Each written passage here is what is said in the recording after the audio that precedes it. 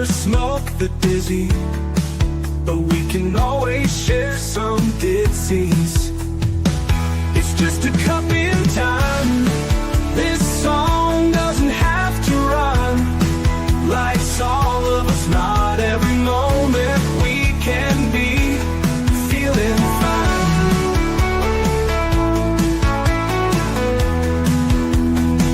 I wanna share a moment, just a second if you will, maybe even a cup of thrill. We could share this performance. It's tea time, come sit with me.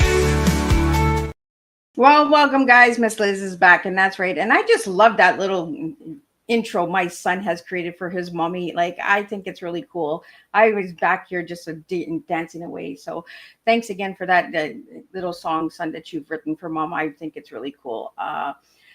Now, tonight we have an incredible guest in the house. We have Mary Alice Stevenson here, and we're going to be talking about her book called Uncorked. That's right. So we're going to be talking about some topics that might be emotionally, a little emotionally triggering for some of my viewers. So if you do feel like that, in the disclaimer, I will get to that as well in a second. And then we're going to spill some tea. And tonight's tea that we're going to be spilling is authenticity, family resilience, and humor, and heart and sober. That's right. That is Mary Alice Stevens tea that we're going to be serving. So the disclaimer for Miss Liz's Tea Time live show. Miss Liz's Tea Time is a global platform dedicated to sharing real-life stories, diverse perspectives, and meaningful conversations that inspire awareness, healing, and connection.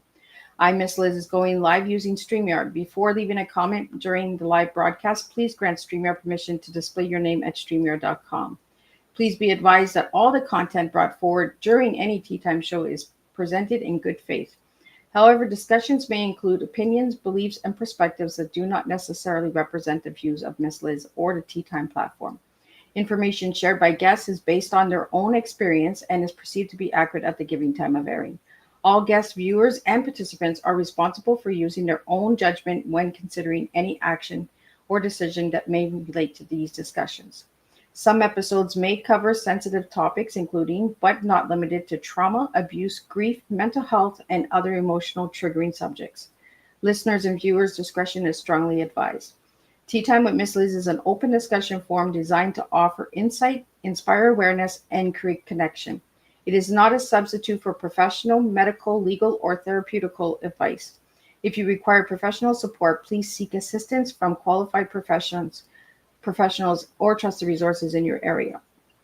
If you have any questions regarding this disclaimer or the content of the discussion, you are welcome to contact me, Miss Liz, directly at my email, bookingmissliz@gmail.com, or my link tree, Miss Liz's Tea Time. By choosing to participate in, comment, or view these live shows, you acknowledge and accept this disclaimer. Your participation is entirely voluntary. Miss Liz, myself, is welcoming you to join the conversation with an open heart, and at any time you feel this platform is not right for you, I respect those wishes and decision and welcome you back whenever you are ready. Tea Time with Miss Liz is serving truth, awareness, one cup at a time. Now let me give you a little bit on my guest. Well, tonight I want to welcome to Tea Time with Miss Liz the pleasure of sharing the table with the inspiring Mary Alice Stevens, a gifted storyteller, author, and advocate whose journey reflects resilience, healing, and transformation. Mary Alice Stevens, the inspiring author of Uncorked, a memoir of letting go and starting over. With raw honesty and a captivating storytelling voice, Mary Alice takes readers on an emotional journey of self-discovery, resilience, and renewal. Her memoir, Uncorked, the layers of love, loss, and transformation, inviting others to embrace their own second chances with courage and authenticity. Mary Alice brings a unique light to every conversation, sharing her wisdom and experience in a way that touches hearts and sparks change. Through her work, she reminds us of the power of embracing our stories and finding strength in the lessons they hold. So grab your favorite cup and join me in welcoming the incredible Mary Alice Stevens to Tea Time, where real conversations brew and transformation begins. Let me get her in here. Welcome, Mary. Hi, thank you so much for having me. It is a pleasure to have you here with me today. So, Mary, I'm gonna do like I do with all my guests. Who was Mary Alice as a little girl, and who is Mary now? Mary Alice as a little girl was eager, wanting to always be in the middle of everything, a tomboy, pretty insecure, and I would say a fun seeker. Yeah, that's where the fun comes in. Yep. It's all about fun. Always has been, always will be. See, and that's what I tell everybody. It's the little kid in us that brings us to the big kid. You know what we're missing as a child. That's what we get into. When we get older. You mentioned tomboy, so you must have some brothers, right? Yes, I have three brothers and three sisters. And that's where the tomboy comes in, right? You got to. Yeah, I thought boys had more fun for sure. I wanted to be playing all the ball sports and doing the boy chores like washing the car and mowing the lawn. I did not want to be in the kitchen, cleaning house or baking things. I was definitely, in fact, I played on the boys basketball team in fourth grade, and I pretended to be a boy. I cut my hair short and made the boys call me Mark, so the other teams would think I was a boy. This was all before internet hit us, right? Yeah. We got away with this stuff. Well, and my parents had so many kids, they didn't care. They didn't notice. They're like, You can be Mark today. I'm so happy that internet only came out when it did, because there's a lot of things that that we did that we got to enjoy before all of the systems and programs and society and the likes and the loves. We just did the crazy things. yeah, and you could forget about them after, and there was no proof. Absolutely. So, Mary, let's get into this book called Uncorked. It is such a striking title. So, what does it symbolize for you personally? So when I started writing this sobriety memoir, I first thought about calling it corked because when the wine goes bad, it's considered corked. Or when you put the cork in the bottle, it means you're done drinking. But then recovery is more about uncorking. After Mm. I stopped drinking and stopped kind of letting alcohol determine my personality and my identity, I had to uncork who I was before I started drinking, which for me was age 16. And for 30 years, I had an abusive relationship with alcohol that was progressive. So when I got sober at 45, I didn't even know who I was without alcohol because it was my first solution for fun. Like it amped up all the fun, but over the years, it also like softened the hard times and took away the loneliness and took away the stress after work or with parenting or the boredom of parenting. So it was kind of my go-to solution, and I hadn't learned coping techniques for living life, for feeling feelings, for sitting with hard feelings or boredom, or trying to have authentic fun that wasn't booze laced. So that's where I flipped it to uncorked. I like that. I never even thought of it that way, uncorking ourselves, breaking those habits and patterns and stuff. We have a question that just came in for you, Mary. Did did your drinking start at home? Well, kind of. No, it started in a 7-Eleven parking lot, to be very precise. I was going to a high school party and, dumped out half of the big gulp of Coke, poured in Bacardi. And so it started at high school parties. I grew up in an Irish Catholic family, so we did have alcohol at all the celebrations. And once we were 18, we were allowed to join at home and have a drink with the family at cocktail hour. But I was my dad's bartender's assistant since I was little, and I would get up on a high chair and put like the maraschino cherries and the Manhattans and the olives and the martinis. So it's been around my life, my whole life. Yeah, because a lot of alcoholism in families, like the generation cycles, and that usually start from home, correct?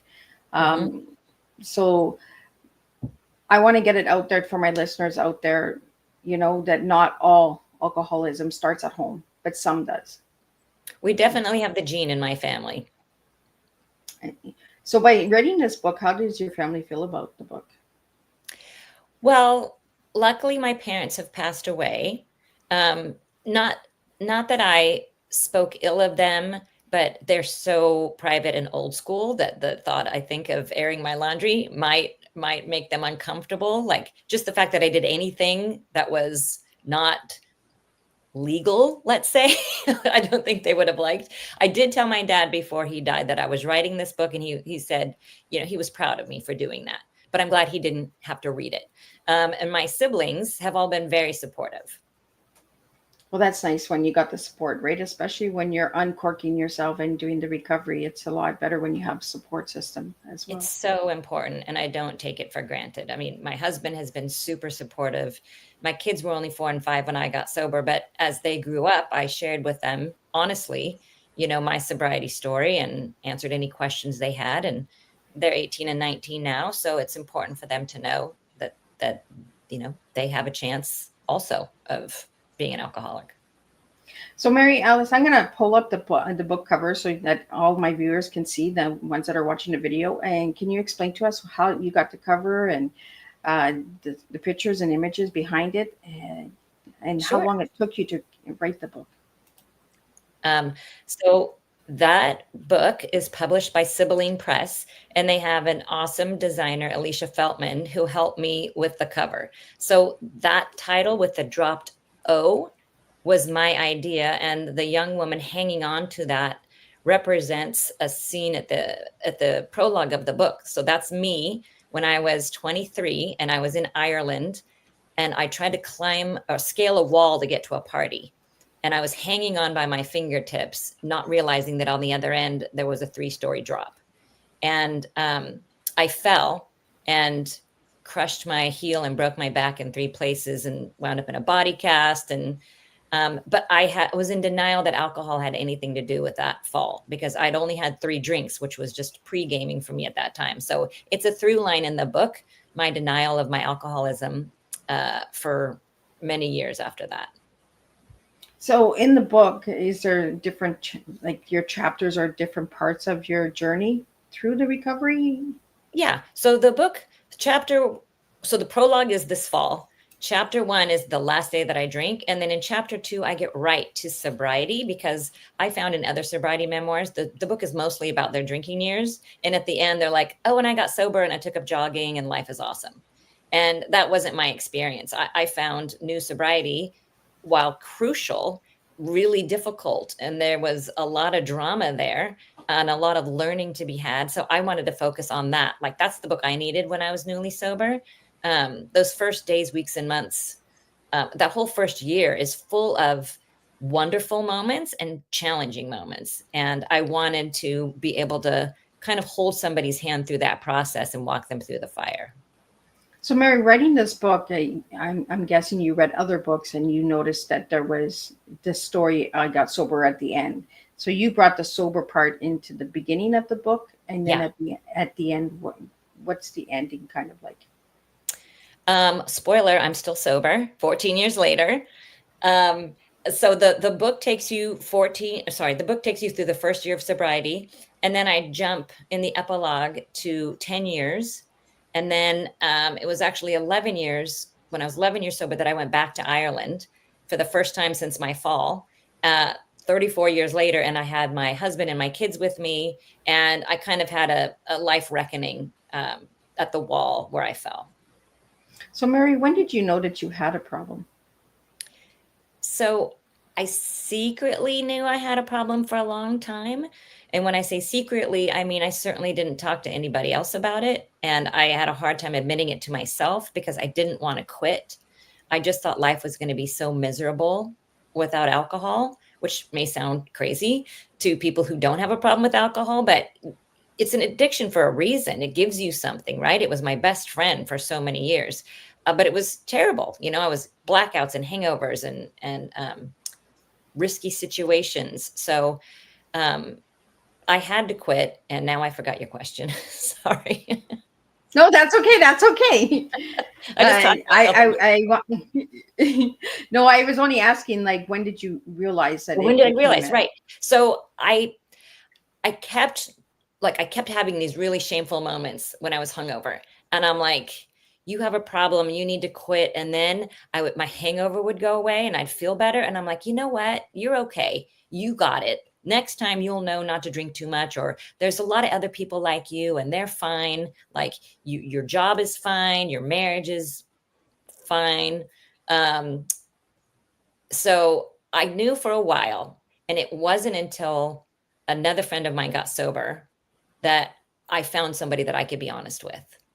And I knew she wouldn't judge me, and I knew she wouldn't like, threaten me like, okay, this now you have to get sober, right? So it was a safe place for me to talk to. And she's in the book. I give almost everybody a fake name, but I call her Katie in the book. And she was in AA. And when I decided to get sober, I called her and she took me to my first meeting. And how was that for your first meeting? Ugh. I mean, I had so much fear going into the meeting, because I had told my husband that morning, like, I'm done, I'm quitting. So I knew that I was signing up for a future of forever not drinking. And I walked in and I looked around and I'm like, I don't think these are my people. And, but in that meeting, in that very first meeting, I heard in the readings and the people sharing, like, I heard my story. I heard people trying to convince themselves they weren't alcoholics, that they had tried all these different ways to quit drinking. And, like I did. And I just identified, like, I was an alcoholic, and I broke down crying, which I'm not really a crier. So to A, cry, and to B, cry in public was a big deal for me. But there was some relief afterwards in surrendering. Well, and being real and raw with yourself, right? That authentic self. Yeah. And that was something that you gave me for your T was authenticity. So let's talk about that word authentic. What does it mean to you? It means being okay with being imperfect, not having to put on a show for other people, that you are, like a vaudeville act of entertaining, happy, everything's wonderful. And being confident in being not perfect. Well, I guess in the fields that you worked as well, Mary, you had to have that perfected kind of outlook, right? Like people looked at you and said, "Oh, she doesn't have any issues. She's fine. She's got it all made," right? Yeah. How did that feel? Well, so I was always happiest at work because I worked in television and advertising. It was very social, very a lot of camaraderie, and I couldn't drink there, and I didn't have to think about drinking there, and I liked doing well at something. Um, that fed me to be like, okay, you maybe have this drinking issue, but look how great you are at work. So that was all fine at work. It was when I was alone that I couldn't handle the noise in my head. The critical voice would come out and say, you didn't do well enough today, or, how could you, blah, blah, blah, whatever wasn't good enough. And in order to quiet that voice, I drank. Mary, we have some questions that came in, and it says your background in TV production is fascinating. How did those years with HGTV and Food Networks influence your voice as a writer? That's so funny. So in those shows, I wrote for somebody else's voice, which you may not even think that those shows are scripted at all, but you go out and shoot the story and then you bring it back and you write the narration. So I was always writing in somebody else's voice. But what I yearned to do was write in my own voice and tell my own stories, my true stories. So after working so much for my day job, I would go take creative writing classes at night, where I'd get to spill my guts, and I could write whatever I wanted. And it wasn't going on television or anything. It wasn't going to anybody if I didn't want it to, other than sharing with the class. So that's when I kind of fell in love with writing creative nonfiction. And that leads right into the next question that I have here. It's how did pursuing your MFA in creative writing impact the way you approached your memoir? Well, it took me a long time to write my memoir. It took me over a decade. I started writing it when I was 2 years sober in 2013, but in little fits and starts while the kids were at school. And then it was such a bucket list item for me to write a book, and it became write this sobriety memoir, that I felt like I wasn't having enough discipline to keep my butt in the chair. So a therapist actually suggested, when I was whining about never getting it done, she's like, why don't you get your MFA? And I'm like, okay. So it turns out there's a college right in my town. They had a low residency MFA, which is meant for people who have day jobs, even though I didn't have one. And I did the 2-year program from 2022 to 2024. And I went from kind of a loose, rough draft to a finished manuscript. But even still, that took 2 years to get that done. Well, and that's what I want my listeners to understand, right? Is that memoirs are not just done in 2 weeks or 2 days. You know, sometimes they're put on the shelf for 10 years, and you know, a little bit here, a little bit there, a little bit. So putting it all together, how did that feel like once you started seeing it come together? Oh, it was amazing. And I really needed that time because sobriety, the first step is quitting drinking, but emotional sobriety takes time. It's such a huge life change. And for me, I drank for 30 years, right? So this wasn't going to be an overnight change for me. So I'm 14 years sober now. I'm still learning. I'm still growing emotionally. So had I finished that book quickly, it would have been a different book. It wouldn't have been as deep, I don't think. So I needed the time to get it done. And we have a question that just came in for you, Mary. How did it feel to hold your book? It felt awesome. It still feels awesome. I have one right here. I can't believe that I have a 3D, example of my blood, sweat, and tears over all those years. I'm really proud. There's something like when you open your own work and you feel it's really empowering. Like it blows your mind away. I know when I wrote my books, I was just like, when I opened the boxes, it was like a Christmas gift, right? That you asked Santa for that Barbie doll that you wanted, or that bicycle. It was like, oh, I got it. I really got it. I really did it. The craziest moment for me was I was going to do a reading at a bookstore, and it was my launch. I'd just been published. And I got there early, and I was sitting in the parking lot, and I saw a woman walk out with my book tucked under her arm, and I didn't know her. And I'm like, that's it. That's all I needed. I'm so happy somebody bought the book that doesn't know me, and I hope they'll get something from it. And I was ecstatic. And what do you want your readers to get from this book? I want them to get what I wish I knew before getting sober, that you will have a better life in sobriety, which I did not believe. You'll have a better life. You can have fun, authentic fun in sobriety, and you will learn so much about yourself. It's just an emotional journey that I think keeps giving. The more years I have, the more I understand who I was, who I am, and who I can become if I point my compass in that direction. Well, I kind of found this when I was doing my homework on you, Mary, and it says a self-critical teenager fueled by the fun Mary. So let's get to know a little bit of this critical teenager and then this fun fueled Mary. Yeah, I've talked to other alcoholics who feel like they were just born feeling less than. It's similar to a chip on your shoulder, but it's not like you're angry at other people. You're more like you just don't feel like you measure up to everybody else. And that's kind of a heavy horsehair sweater to wear, Mm-hmm. I like that. And it still pops out in me. That self-critical voice still pops out. But now, I did the 12 steps of AA. I kind of have a toolkit for managing that self-critical voice. And I can put her back in her place now. I can put her away, tell her to go take a hike. So in that toolkit, is that where the fun fuel Mary is? The fun Mary disappeared for a while in early sobriety. I will say that for sure. I had an awful time trying to socialize, an awful time trying to parent, without my little glass of wine. Do you know what the witching hour is? No. The witching hour is when it's like it coincides with happy hour. So my happy hour used to be like 5 to 7 p.m. It's also the time that toddlers tend to lose their business. They get a little cranky, right? And it makes the mom get a little like this. So I had to deal with those without my little handy helper, mommy's helper, my glass of wine. It was really difficult. So I had to learn to feel my feelings and focus on gratitude, not think about what I gave up, but think about what I'm getting. And I learned to be so much more present with my kids and much more honest with my husband and friends.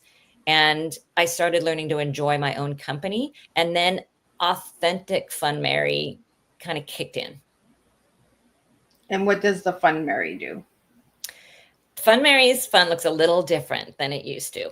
And I can remember what I did the next day. But I still like socializing, but I used to be the more the merrier, big party type. Now I like a nice dinner party, you know.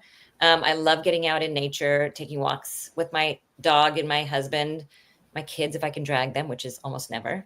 And now I really like my alone time. And it's going to sound really boring, but I love puzzles.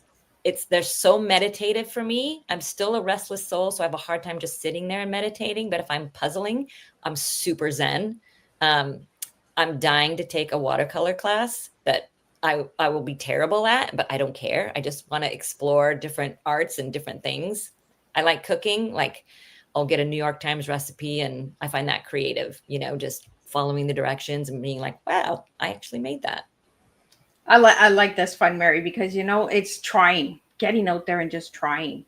There's so much that we live with regret because we're just too scared to try it. We're just like, oh, we're not good at it, so we're not going to even try it. But like you just said with the watercolors, I know it's not going to be great, but you might surprise yourself. You might be like, whoa, Yeah. I'm the new Picasso. Yeah. And I mean, that life is about exploring, right? Like I always have this argument with my husband. Every time we go on vacation, I'm like, this was awesome. And he goes, great, let's go here again. I'm like, no, there's too much world to see. We've got to keep going. You'll never recreate that first feeling, that excitement of discovery. So I think that's been a fun aspect. Is that what got you into the HGT and the Food Network? Was all the different colors and flavors that came into it? Yeah. The best thing about producing is that you learn something every time you're on a new assignment because you are featuring experts in whatever their field is. I did a travel show called Backroads, and by nature of the show, I was only going to awesome places, meeting awesome people and getting to know their stories. So it was learning in the most 3D kind of way. All of those jobs were. I mean, some of them were a lot of work and not very glamorous, but it was still fun, fun to work with those people and fun to learn. I didn't know anything about interior design or cooking back then. And it was, now I know how to chop a pillow to make it look all professional. And and that's part of like our stories, right? The life stories is everybody thinks it's all so nice together, but there's like all of the people in the background that nobody sees. Like the screenwriters, the producers, the production team, the directing team. Nobody sees any of that, right? They just see a nice, pretty picture, yeah, and nice cookies and nice cakes and yeah, nice decoration home, but they don't see all the working behind it. yeah. And they don't see everything you have to do before you start play on your podcast, right? To make these things happen. Absolutely, yeah. Podcasting, there's a lot to it, that a lot of people don't know about, but. Uh, getting back into the field that you worked in, Mary, what is one thing that outshined or really made an impact in your life? Beyond work, Yeah. camping, nature. Oh, I think I grew up Catholic, but I was very connected to God, but not so much to church. But my spiritual. parents all also took us camping for 3 weeks every summer. And then we would always go to the desert in the spring to see the spring bloom. And I felt just so like at peace. I could breathe. I felt connected to my spiritual side. And that has continued, especially in sobriety, to play a big role in where I feel at peace. And a lot of people who go through trauma or addictions or any form of recovery have a strong spiritual side because we want to understand why things have happened, right? We have that why question all the time. Why me? Why did this happen to me? Why couldn't I handle the liquor? Why couldn't I, get it together? All those whys. And the spiritual side kind of comes in and says, it's your story. It's part of the story. Yeah. And I feel like I got sober right when I was ready to. Sometimes people are like, gosh, I wish I could have gotten sober 20 years earlier, but you know what? You probably weren't ready. And I know for me, I had to be ready, and I wasn't ready until I was 45. We have another question here for you, Mary. Sharing your story, has it opened up other women sharing their stories of sobriety? Yes, that is the best thing. It is the best thing when somebody says to me, like, I'm trying to get sober, or I just had somebody comment that they tried, oh, that they got sober for a year during COVID, and then they went back to drinking. But after reading my book, they're going to try it again. And not even about my book, just people sharing their story. One alcoholic talking to another is how we help each other out, and stay sober. And Mary, why do you feel that women are not sharing their stories more on sobriety? Well, I'm not an expert on the publishing industry, but from what I understand, there tend to be more male authors published than female authors. Um, I'm also going to guess, but I don't have any facts to back this up. There's a lot of shame for women because we're moms. And to admit we have a drinking problem is basically like saying, hello, Child Protective Services, come get me, right? Where dads don't have that stigma. Um, so I'm just guessing that that might be part of it as well. But when you look at the advertising industry, women are so targeted. You're taught that you can't relax without a glass of wine, or you can't celebrate without a glass of champagne. And I think overall, the numbers of drinkers are going down, but the number of women drinkers are going up. Yeah. And the next question I have for you, Mary, is what was the most challenging part of turning the lens inward and sharing your own story? I would say writing about other people was hard. I've always been an open book, and I didn't have any problem spilling my guts on the page, but writing about other people, because you can't just write about yourself, right? That would be a pretty boring story. And nobody lives alone. Nobody's an island. So you have other people. So managing other people's privacy while still sharing my story and how other people have impacted my sobriety, both negatively and positively, I had to do it to tell my story. So that was the hardest part, is, you know, changing their physical characteristics enough so they wouldn't be recognized, but staying true to what happened and how I felt about what happened. Well, that has to be hard, right? Because you want to share your story so bad, but then you have to protect others, right, from getting hurt.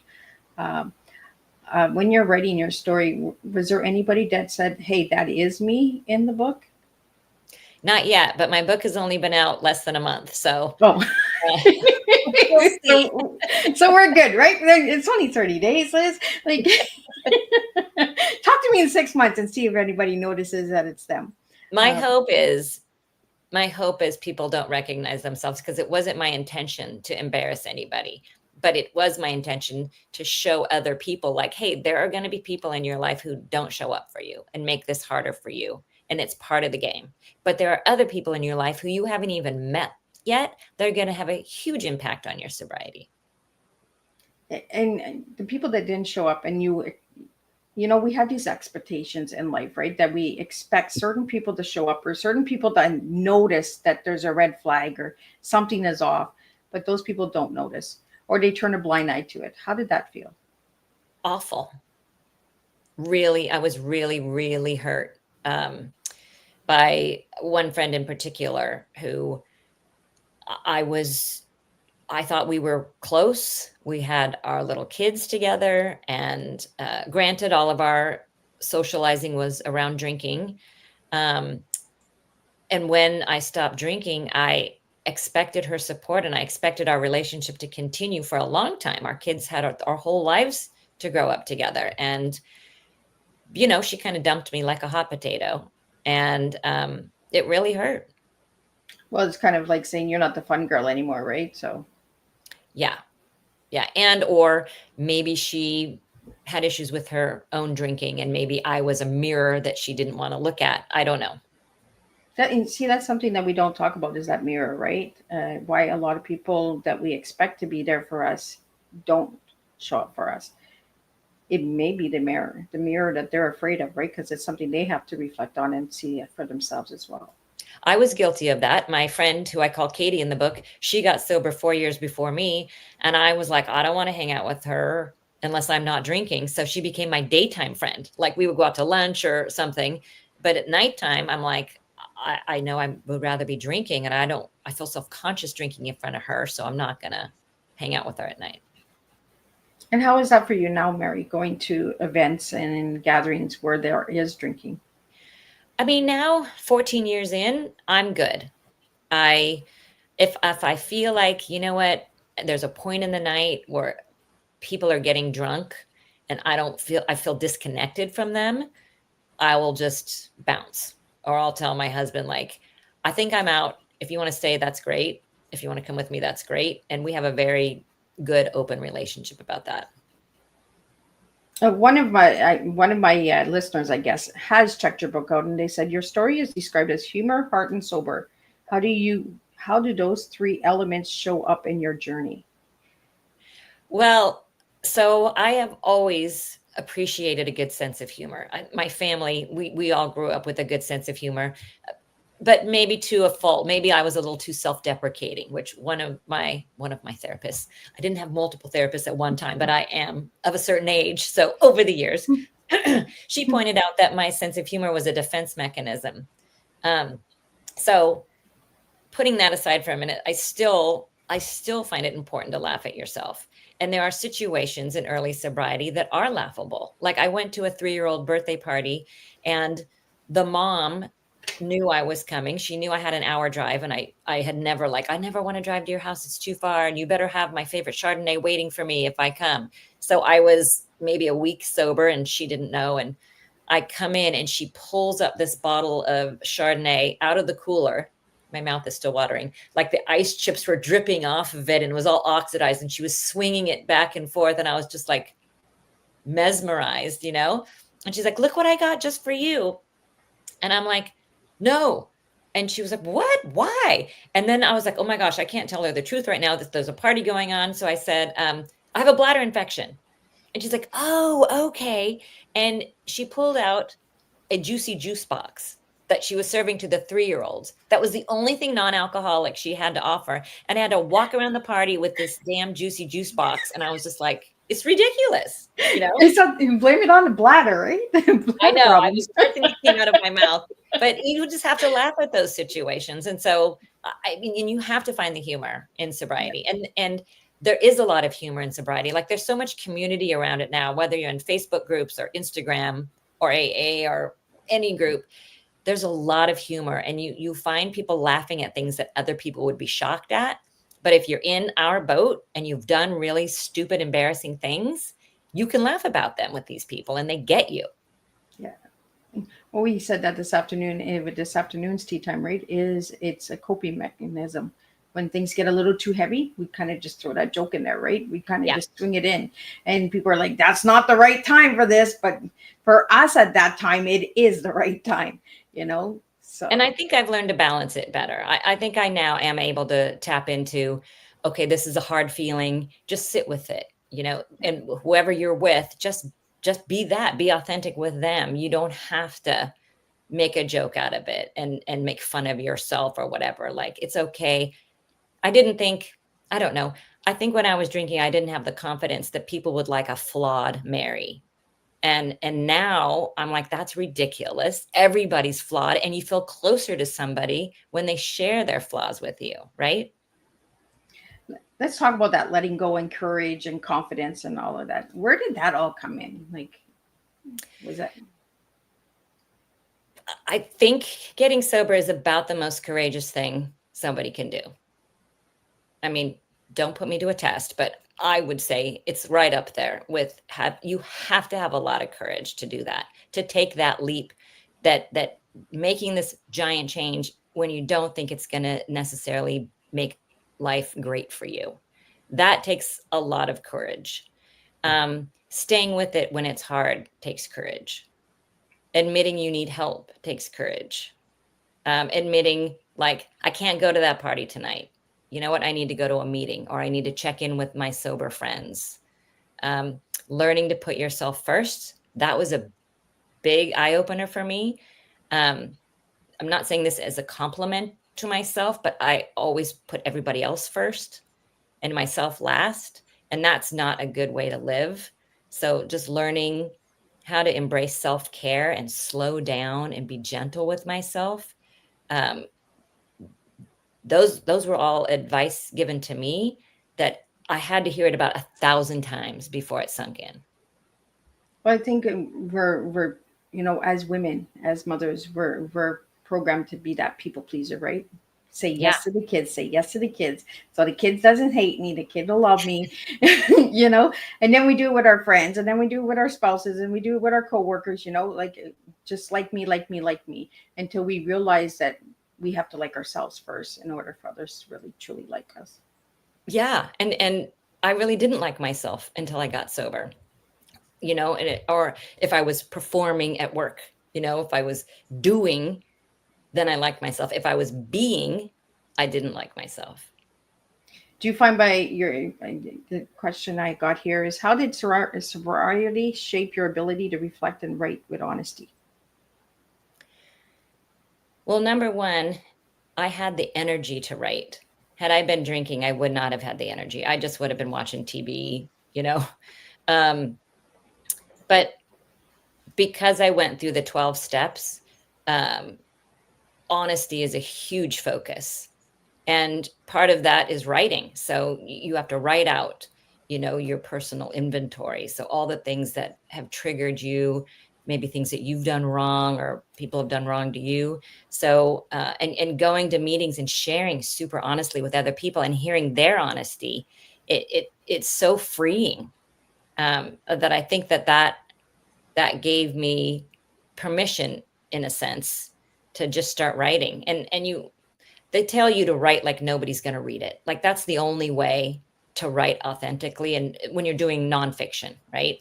Memoir, you got to leave your critic at the door and you got to write like nobody's watching. And you worry later about what people might think about it.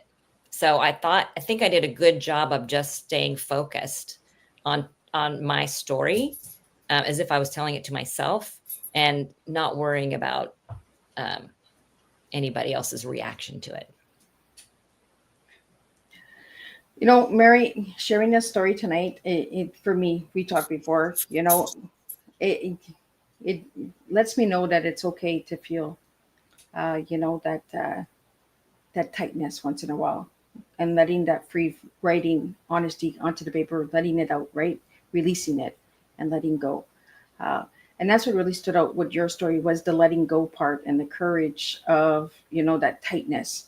Because we hold this tightness in us, right? When we're trying to please everybody, that our body starts to get tighter and tighter and tighter and tighter until we no longer understand why we're so tight and so wound up and so cranky. And it's like that happy hour, right? Where the cranky Yeah. thing, right? I need the wine now, like, Yeah.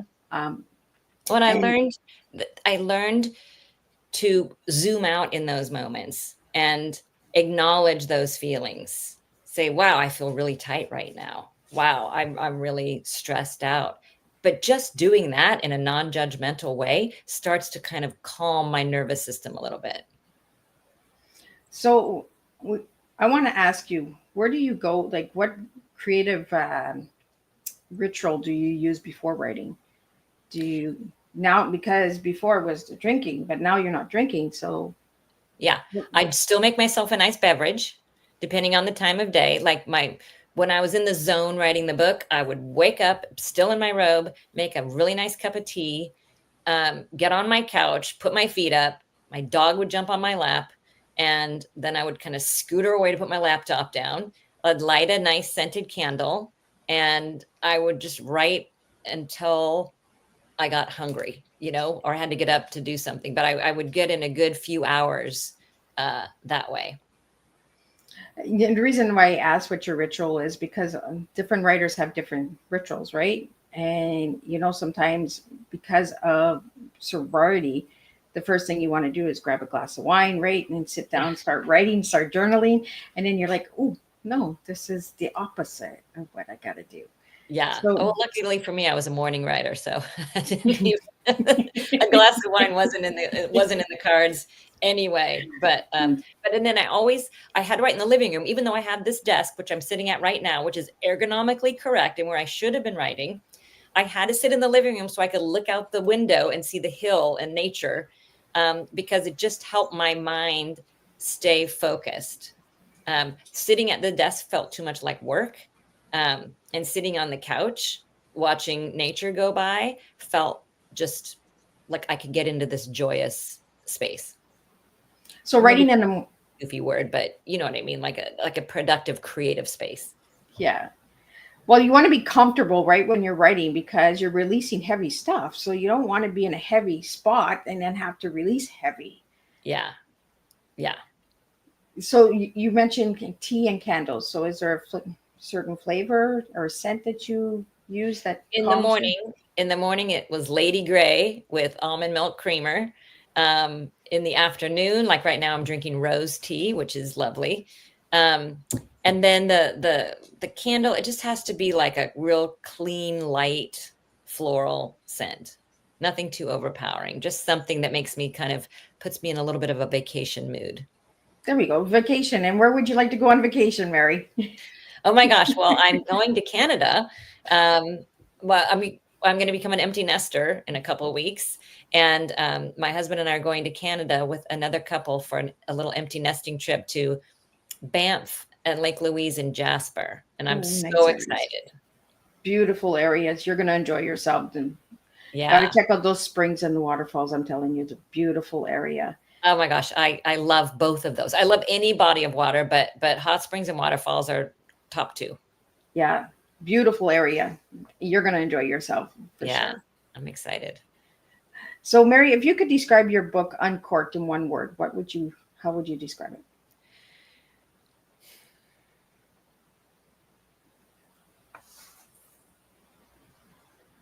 Okay, it's going to sound really dorky, but it's the first word that came to mind. I would say blossoming. Oh, and why we were just talking about flowers and scents and tea. Yeah. Okay, maybe that's where it came from. But I feel like because in retrospect, I was living this half life, as Fun Mary, all those years that I drank. And when I quit drinking and started exploring life sober, I just feel like everything keeps opening up for me. So I think that's where blossoming. And I feel like, they say when you stop, you're kind of emotionally stunted at the age which you start drinking alcoholically, right? So I was a 16-year-old for 30 years. And I was selfish and tantrumy and self-centered.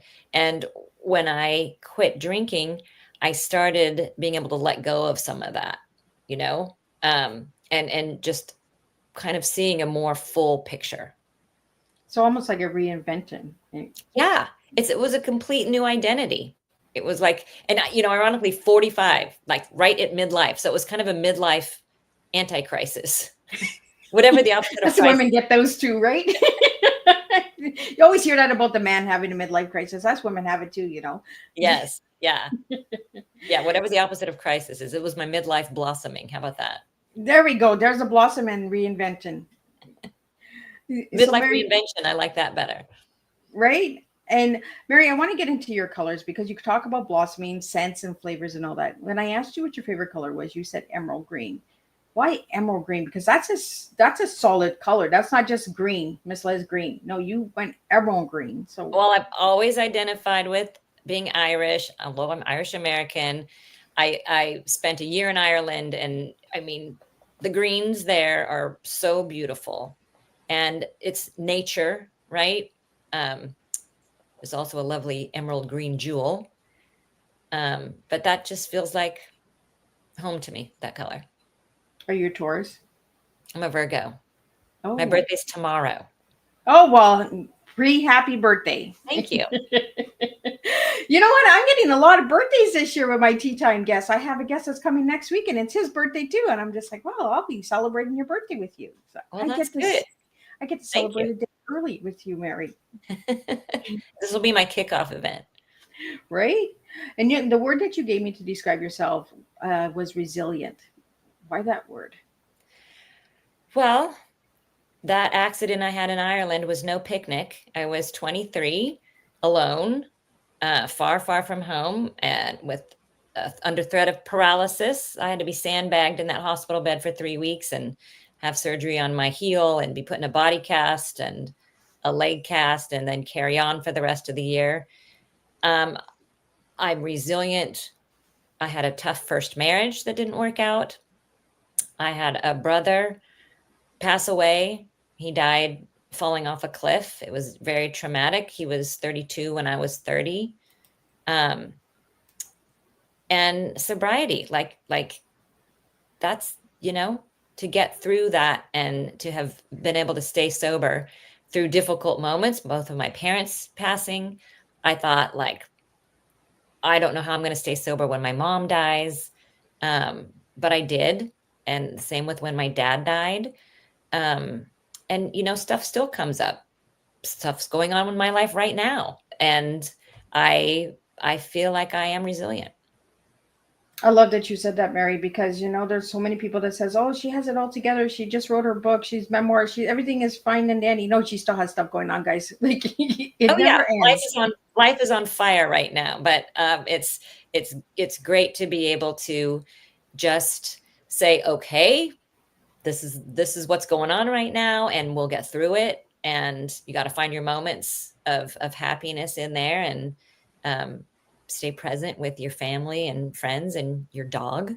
The dog's always a good unconditional love, and you get through. So, Mary, besides your own memoir, what book inspired you to get sober? There's a memoir that is the holy grail of sobriety memoirs to me, and it's called Drinking: A Love Story. It's kind of a classic. It was written a long time ago. The author has since passed away, but she was funny and witty, and she worked I think she was a journalist. And I saw an alcoholic that had a good life still, that she was a productive member of society. She had gotten sober. She was still funny and witty and smart. And that gave me hope that, first of all, it gave me a role model. Like, okay, all kinds of people are alcoholics. It's not just somebody passed out on a park bench. There's all sorts of alcoholics. We're surrounded by them. We all know alcoholics. We love alcoholics, right? They're everywhere. But that woman really, that book really spoke to me. Another really great one was Diary of an Alcoholic Housewife. Because when I got sober, I had quit working to stay home with the kids.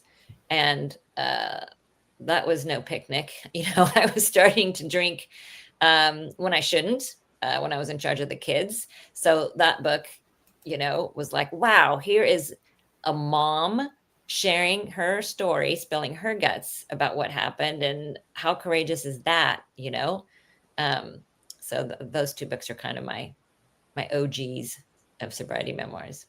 Tina, it's always nice to have other books that you can relate to, or other stories that you can relate to, that says, you know what? Oh, I think I can do this too. And what's one piece of advice you'd give to somebody ready to uncork their own life? Be gentle with yourself. It's not going to happen overnight. Get help, find community. There's so much community now, like even more so than when I got sober, just with all the Facebook groups and the Instagram groups. Whatever your issue is, there's probably a support group for it. And I'm a firm believer that I couldn't have done this alone. And then find your trusted people and share with them what's going on with you. You're going to hit some duds, some people you think are going to support you may not, but it's okay, because there are others who will. And you'll grow strength, and there are people you haven't met yet who will help you. And Mary, what's next for you? I want to take that watercolor class. The watercolor class. Are you working on another book? I'm not. I am writing short pieces in support of this book. And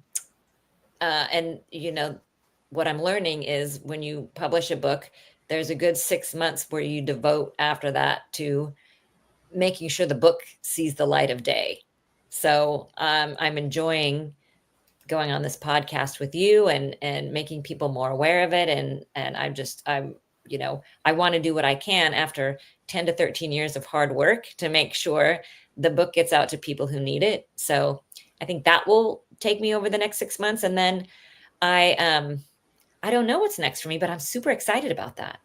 Are you looking at doing any speaking engagements? I have one locally here, and I live in the San Francisco Bay Area. I have two events coming up in September. And then beyond that, I don't know. I have a TV appearance later this week. But I love to talk. I love to talk sobriety. So I'm welcoming any invitations.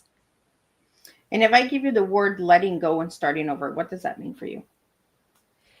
It means letting go of things that were keeping you stuck, that you held on to super tight for probably way too long, and having the courage to leave them behind and take the brave step and carve a new path. And one thing that has changed your life, one memory, one moment. Having children has completely changed my life. My heart grew boink, boink, like the Grinch, right? It grew bigger and bigger. Of course, it comes with a lot of worry, but other than that, I would say sobriety and having children are probably the two biggest life changers. And becoming a mom is scary. Getting sober is scary. Yes. And I had zero confidence in my skills. You would think coming from a giant family, I would have more skills, but because I was next to the baby, I didn't have any skills. So I was like reading the book, I was late. I had my kids at 40 and 41. So I was used to researching everything for work. And so I approached, having children like being a producer. But I will have to say one other thing. My husband, my partner, I think has had probably the overall biggest effect. It was his support that helped me get sober. Couldn't have had those kids without him. And our relationship keeps evolving thanks to me being sober. We have just been able to get much more honest with each other. And it's kind of a big chapter for us becoming empty nesters, right? So we have a lot more to grow and more attention to pay to each other. So I'm excited about that too. And Mary, if anybody wanted to reach out to you or get the book, where could they get it? And I'm going to pull the book up again so people can see the book. You can ask for it at bookstores, or it's available on Amazon. And I'm available. My website is just my name, MaryAliceStevens.com. Awesome. Mary, I really enjoyed this conversation tonight with you and getting to know you a little bit more and getting to know you a few minutes before the show. I always like when my guests come early because then I get to know them a little bit more. And I get the little insiders and all that good stuff. So I'm just going to do a little summary of what tonight's tea time was, and then we'll wrap it up. And I'll wish you a happy birthday again for tomorrow. And thank you so much for what you do. It's awesome how you share everybody's stories. So thank you so much. Oh, you're very welcome. Don't jump out. I'm just going to give everybody a little summary. As we close to today's tea time, I want to extend my heartfelt gratitude to you, Mary Alice Stevens, for sharing your story, your wisdom, and the light with us. Your journey is a reminder that healing begins when we dare to be honest, embrace our truths, and share our voices with the world. Mary Alice, your courage and insight have not only inspired us, but have planted seeds of hope and transformation that will continue to grow long after today's conversation. This tea time was a celebration of courage, healing, and hope. Mary Alice Stevens reminded us that letting go is not about losing. It's about uncorking your truest self and savoring the beauty of fresh starts. Her story in Uncork is an invitation to live unapologetically and to find freedom in rewriting your own narrative. Thank you to everyone who joined us for this powerful tea time. Reminder, every story has the power to heal, and every cup shared brings us closer to understanding, unity, and change. And I want to really thank everybody for tuning in and supporting Mary on this journey. And if you'd like to know more about Mary, check her out on her website again. And I will be back on Thursday with 2 more incredible guests, and we'll do this all over again. And I want to thank all of my listeners on Instagram. I see you guys on YouTube, Facebook, LinkedIn, all of that. Without all of you guys, I could not do this. So thank you again. And if you haven't checked out Tea Time, go on over and check it out, because there's over 450 incredible stories on there for you to check out each and every day, and you can watch them at your own pace. Till then, let's keep spilling and let's keep making a difference with Tea Time, one cup of tea at a time.